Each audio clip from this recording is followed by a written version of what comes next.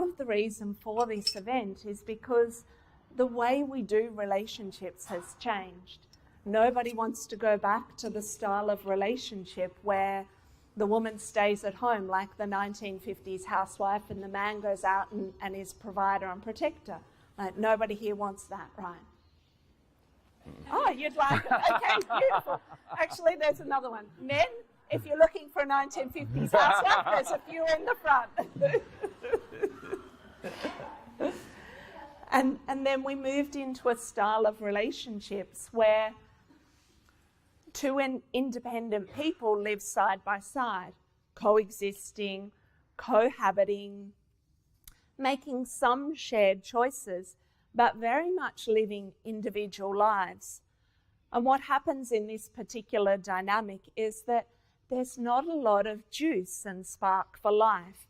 There's not a lot of polarity or sexiness or desire for intimacy, because when a woman moves out into the world like, okay, I'm going off to do my own thing, I'll protect myself, I'll provide for myself, I'll take care of myself, and I'll do all my own things.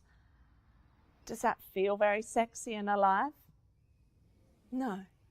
Whereas when a woman's like soft and open and she allows energy and feeling to run through her body, does that feel sexy and alive? Yeah. And it's not about just having one or the other. We can have both.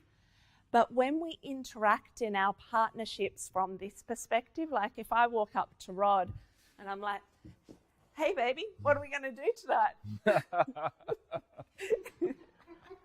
So he's laughing at me because it's not real. But if I brought that to our relationship, there's no inspiration for him. Whereas if I'm in our relationship like, hey, baby. Yeah. See, no further words required. And this is actually, that's how I first let him know that I was interested in him, was just like, looking at him, just like this. There was a little bit more than that. I'm nervous.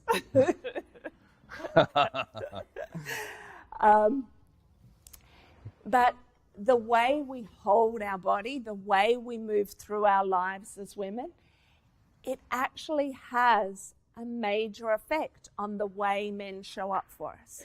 So if I have on my masculine front, protecting, I'm my own provider, I'm taking care of shit and getting stuff done, sure, there's a place for that. But if I bring that to my relationship, then we're not fully connecting. There isn't that spark, that vitality, that sense of like, oh, I want to be close to you tonight.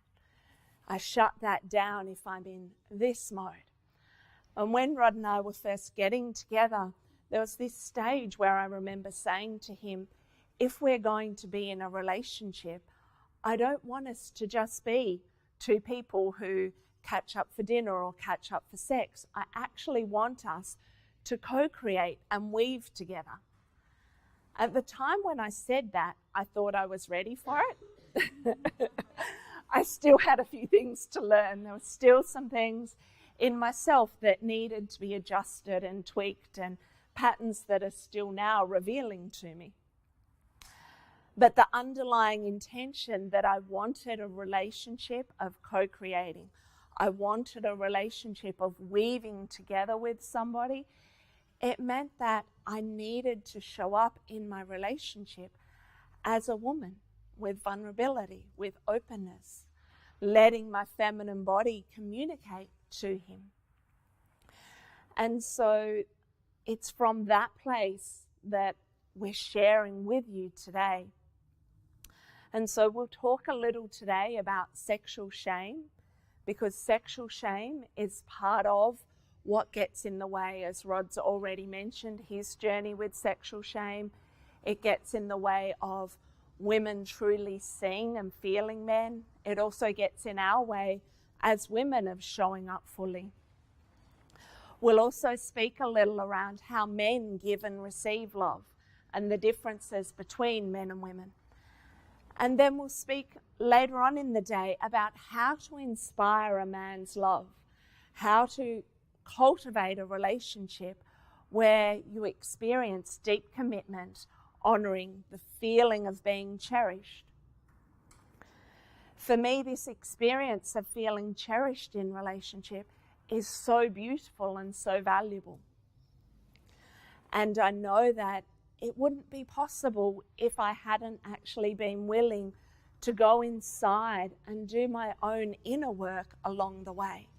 Because if I'm unwilling to do my inner work, then I'm just offering him an empty shell. And really, who wants to love and be devoted to an empty shell? How many of the women here today would like to feel cherished in your relationships? Beautiful. And how many of the men here today would love to cherish a woman? Beautiful, beautiful, yeah. So that's everybody. Everybody wants to feel cherished. Everybody wants to be cherished. And it is possible. So let's start with the sexual shame conversation. And actually, I'll take one step back from sexual shame, and that's the journey of power plays. Power plays are quite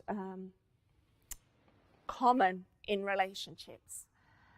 And I want to really bring that up front because I think a lot of power plays happen around sex that stay unnoticed, that stay unconscious. But we need to be aware of those power plays in order to change things. So let's have you close your eyes for a second because you might not want to answer this one honestly, but raise your hand if you feel like you've done power plays around sex in your relationships. It's about 60 to 70% of you, yeah. And I want to explain a little more fully, you can open your eyes now, what I mean when I say power plays around sex. Power plays is that idea that I'll have sex when this happens. I'll have sex when I feel really happy. I'll have sex when he touches me in the right way. I'll have sex when he fixes the things around the house that need to be fixed. I'll have sex when he spends some more time with the children. I'll have sex when I feel good. Now, all of those things, in essence, they sound like it's conditional upon the other person's behavior, which is true. But there's another condition present there, and that is that we're making our own self-expression conditional. So not only are we making our expression of love and sex to the other person conditional, but we're making it conditional to ourselves. And so those power plays are incredibly destructive. Power plays get in the way of experiencing who we are as women. Power plays cause deep, deep ruts in relationship that are difficult to overcome. One of the things that Rod and I have in our relationship is this idea that sex is not conditional. So for me, if I feel like I'm sad, it's still a possibility to have sex. If I feel angry, it's a possibility to have sex. If I'm nervous, it's a possibility to have sex. Turns out it's not for Rod. Tried all day today. No luck. I was too nervous.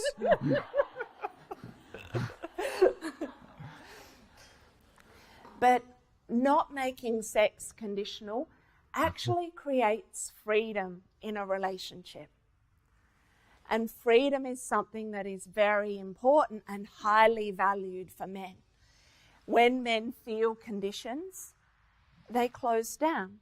They start to feel less than. They feel emasculated. They feel less powerful. And I know from times when I've been that woman holding conditions like, I'll be open when, I'll be open when, I'll have sex when. There's a part that feels powerful, but in actual fact, it's simply power over.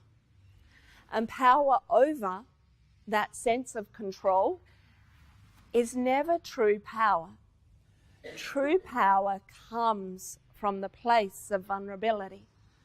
True power comes from the place of being able to say to somebody, I feel like a mess, I feel like shit, I'm kind of pissed with you, I'm pissed with what's going on in the world, and I'm here. Ravish me, love me, because I want to move through this.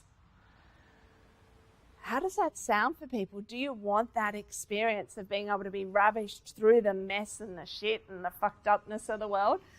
Yeah? Awesome, awesome. I'm feeling less nervous. We've got people here. Although half of them have probably seen my bottom from all the microphone adjustments.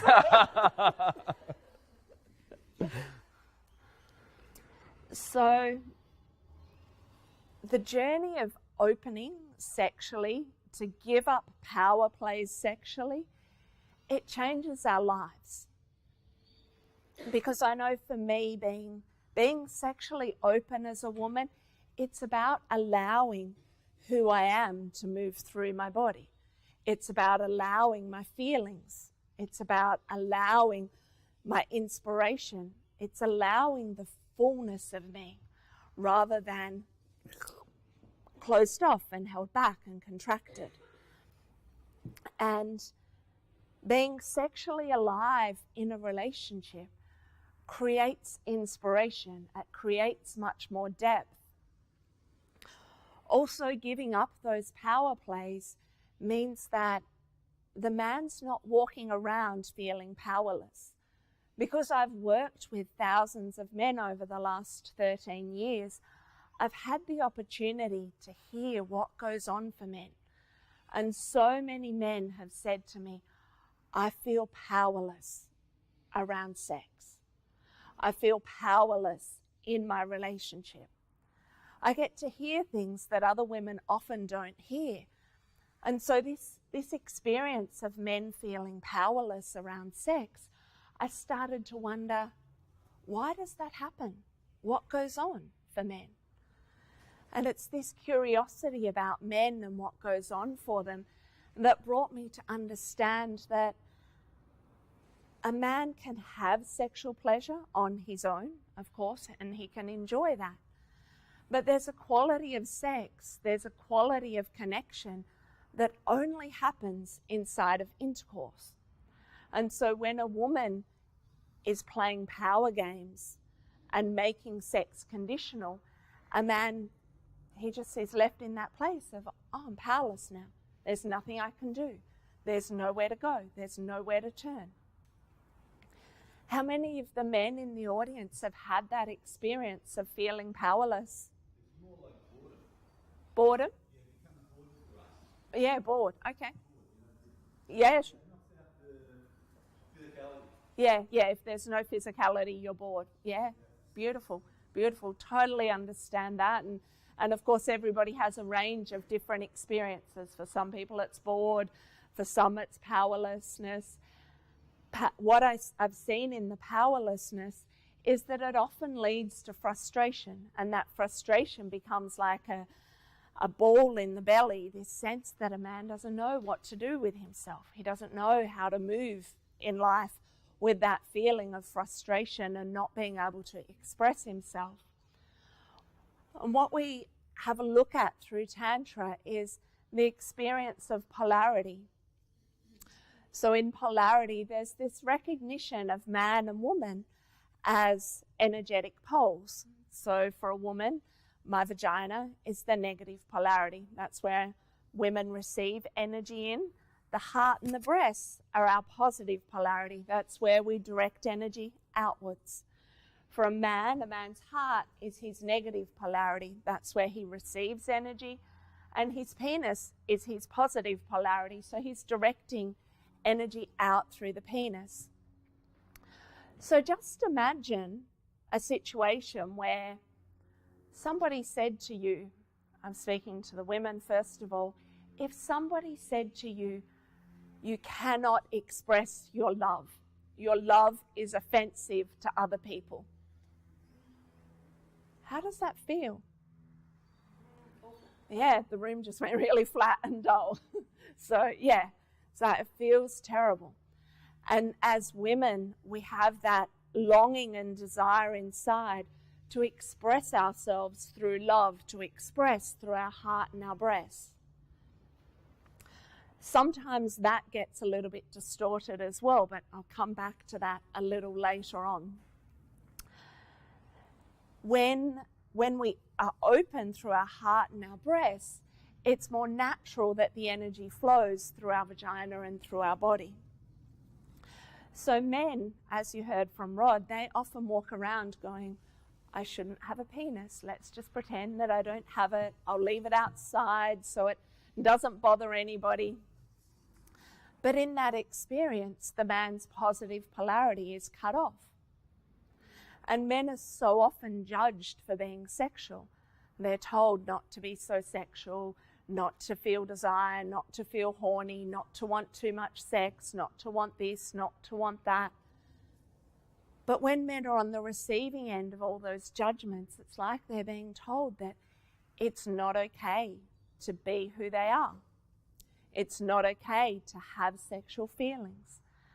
And yet that's part of a man's dynamic, powerful expression into the world. One phrase that's quite common, I remember a lot from when I was growing up, is that idea that men just think with their dicks.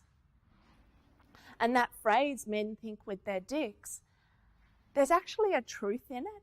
However, the insult in it is what we want to take away. The insult in it is the part that is destructive. It's the part that actually makes men feel less than. The truth in it is that men have this powerful energy that comes from their penis, and it is part of their way of how they navigate through the world. And so men are driven in some ways by sex, but part of the journey that we take men on at Tantric Blossoming is helping men to be able to connect with their sexual energy, to own it, to claim it, and to move it through their body in healthy ways so that they can make more sustainable connections and relationships from that place rather than being sex-driven in an unhealthy way. Equally, women, we become love-driven. Just as men might become addicted to porn and variety of sexual experiences, women become addicted to that, I want to love someone, I want to be close to someone, I better read another romance novel, watch another romance movie, because there's that longing to express through our hearts. And when we understand this, we can come into a place where we understand that there's no judgments or blame. It's not about saying women are better, men are better. It's simply that we don't have an understanding of the polarity differences. I remember speaking a number of years ago at a breast cancer conference where one of the speakers was speaking about sexuality, and she was a nurse, and I was quite interested to hear what she would say to women who'd had their breasts removed and women who were recovering and how they could regain their sexual feelings again. And this nurse actually spent roughly 60% of her 30-minute talk making jokes about men's sexual desires, making men wrong for having sexual desires. And I remember sitting there feeling my own body in pain, looking around, seeing men in the room who were also laughing, and recognizing that the men were laughing because they've been conditioned to accept that. What I want to create is a world where it's no longer okay. It's no longer okay to make jokes about men's desire for sex. I want to create a world where men and women support the expression of each other's healthy sexuality. I want to be part of creating a world where we can stand in the fullness of our sexual expression and simply love and embrace that in healthy, supportive, life-giving ways. Who else would love to be part of that movement? Yeah. And it really is, it's time to make a difference. Because in today's world where people spend a lot of their time looking at computers, looking at screens, kind of mentally fixated, our bodies are being neglected. And when our bodies are neglected, our sex gets neglected, which means that then there's a lot of people walking around like this, oh, something's missing. I better have a look online and find the answers. Something's missing. I better look online and distract myself. Something's missing. I better look it up. But what's actually missing, firstly, is our connection to our bodies, then our connection to sex, and then our connection to healthy expression of sexuality and intimacy with another. Some of the things that I feel support the healing of sexual shame is to find safe places, whether that's in a therapeutic setting, whether it's in a Tantra workshop, whether it's in a bodywork session, whether it's in your relationship, but to find therapeutic settings where you can share your sexual story, where you can talk about the layers of shame and actually free yourself from the shame. In the context of a loving relationship, the blog that I wrote, Why I Cup His Penis Almost Every Day, for me, and that could be cupping his penis, it could be when we're lying on the couch watching a movie. It could be when we go to bed at night. It could be because we have a spare 5 minutes that we're standing in the kitchen and I'll just go while we're talking. For me, cupping his penis is a way of saying to him, without words, it's a way of saying to him, I love you, I accept you, and I want all of you. And for me, I know that Rod, like a lot of other men, has had times of walking around trying to pretend that he doesn't have that penis. But by me touching, holding, cupping his penis regularly, he starts to feel safe. He starts to feel like it's okay for him to have a penis. It's okay for him to have desires. It's okay for him to feel the power that ignites in his body. Rod made a comment earlier about how being connected to his penis makes him more trustable. And I'll share with you how I discovered that to be true in my life. How many of you have had men friends or men in your life where they're like super, super, super, super safe men and they're kind of like everyone's best friend? Everyone knows someone like that? Yeah. What I discovered was that often the men who are super, super safe and want to be everybody's best friend, they're repressing so much of who they are. They're repressing their feelings, they're repressing their rage, they're repressing their desire, they're repressing their passion, they're repressing their sex, and they're trying to pretend they don't have a penis, all so that they can be close to a particular person. But what happens when you suppress huge parts of your personality in order to be close to somebody? Because as soon as we get close, things get triggered, buttons get pushed, things get activated. And when those buttons get pushed, then leaky rage, leaky desire, a hand that stays too long on the back, a hand that like grazes the butt when there was no invitation for that. the man who makes himself a safe man, the man who suppresses and hides his desires, his feelings, his sex, is actually not trustable. I had a few of those situations backfire on me. Situations where I thought somebody was being friendly, and then later on discovered that that friendliness had conditions, it had hopes sitting underneath it. Whereas a man who is forward, and when I say forward, I don't mean projecting his desire, I don't mean a man who throws his desire onto a woman, but a man who holds it in his body. So let's say if we spoke about a first date kind of situation, a man who wanted to be safe would be like this in his body. A man who was projecting his sexual energy would be like throwing his energy onto the woman and lusting, between every bite of his dinner. Whereas a man who is confident and comfortable in his sexual energy, he finds a nice place in the middle where he can feel that pulse moving through his body. And he'll look at a woman in such a way that, she feels a little bit unnerved. She feels the tingle and the electricity in her body. And she can open. It's safe for her to open. Because as women, we need something to respond to. So if a man shows up with no penis, then there's nothing to respond to.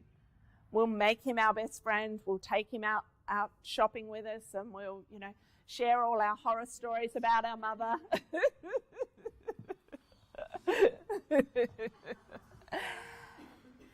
There's nothing to respond to when the man shows up without his penis. If he shows up in a way that his penis is like, here I am, baby, I'm going to take you tonight, and I can't wait to rip your clothes off, then there's no space for a woman to open, because feminine energy longs to open.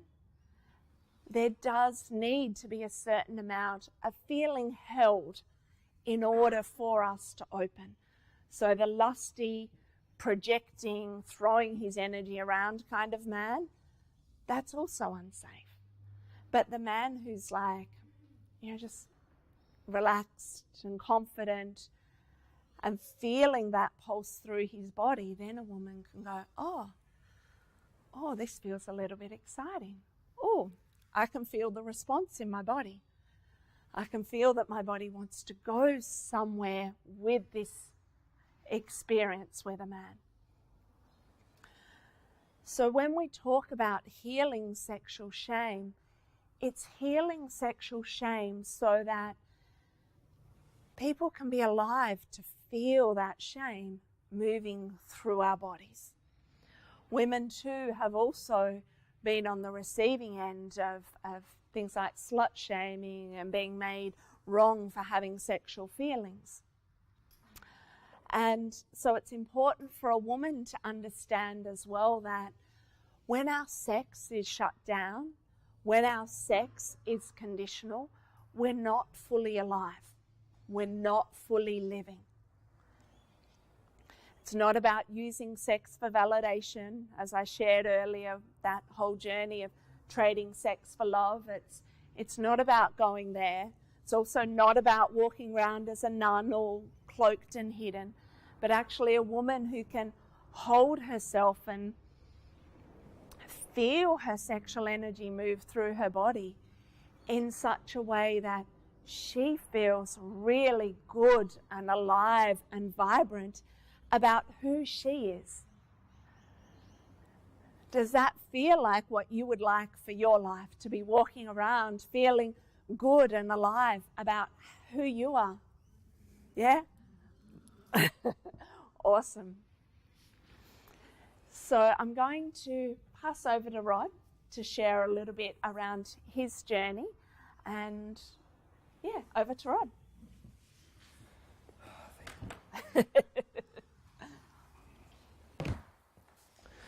Yeah, so for me, like having experienced this in this relationship, it's had a healing effect on me. as a man. Like, I can't describe, like at times I've wanted to just cry. I've been overwhelmed with emotion just at being held, the whole cupping the penis thing. It was just almost too much to have all of me loved for who I am. It was so emotional for me to experience that I was being loved and held and all of me was welcome. Like, one of the feelings that was in the past, which I don't know if I touched on before, but you know, being a man and having a penis, there's this sense of that I've got to prove that I'm not a perpetrator and that I'm not a rapist and that I'm not dangerous. I've got to prove that first, and then we can have some kind of talk or interaction. It feels like starting back behind, as if, you know, I'm condemned first, and then if I can prove it, if I try hard enough, long enough, that somehow, you know, I'm not a threat or a rapist or one of those other things. And so having that met in a relationship, that all of me is okay to be there, there's this amazing healing and transformation. And it was the most liberating feeling of love that I've ever experienced. And the freedom that I felt in that moment as a man was just beautiful. I don't know if you know this, but like for masculine people or men in particular, that how emotionally involved they get in sports. I'm just going to sidetrack for a sec. One of the reasons that men get so emotionally involved and it evokes so much emotion in sport is freedom. It's the liberation from constraint. You've got two football teams. Like if we just had like one team and they could just kick as many goals as they wanted. Just raise your hand, men, if you'd watch that. Okay, one. It gets really boring. What we need is we need another team to limit that somehow freedom's a threat. It's going to disappear. And in that moment, when someone kicks a goal and the man will just lose his mind, it's like, yes! In that moment, that emotion that's flowing through his body is freedom. He's experiencing love. So when a man can experience love in a relationship with a woman as freedom, when he can feel freer in his relationship with his partner, there is nowhere else that man is going to want to be. He doesn't need a man cave. He doesn't need the backup with the boys down the pub or the mates to ring. He doesn't need to have freedom out here where he wants to check out of his relationship. He has freedom in his relationship with his chosen partner. Where else is that man going to want to be? Because I know where I want to be. It's there. And that's part of the healing. That's part of the masculine experience of love is through freedom. And having all of me loved, all of me being welcome in my relationship feels like freedom. And it's the most beautiful gift I've ever received. Thank you.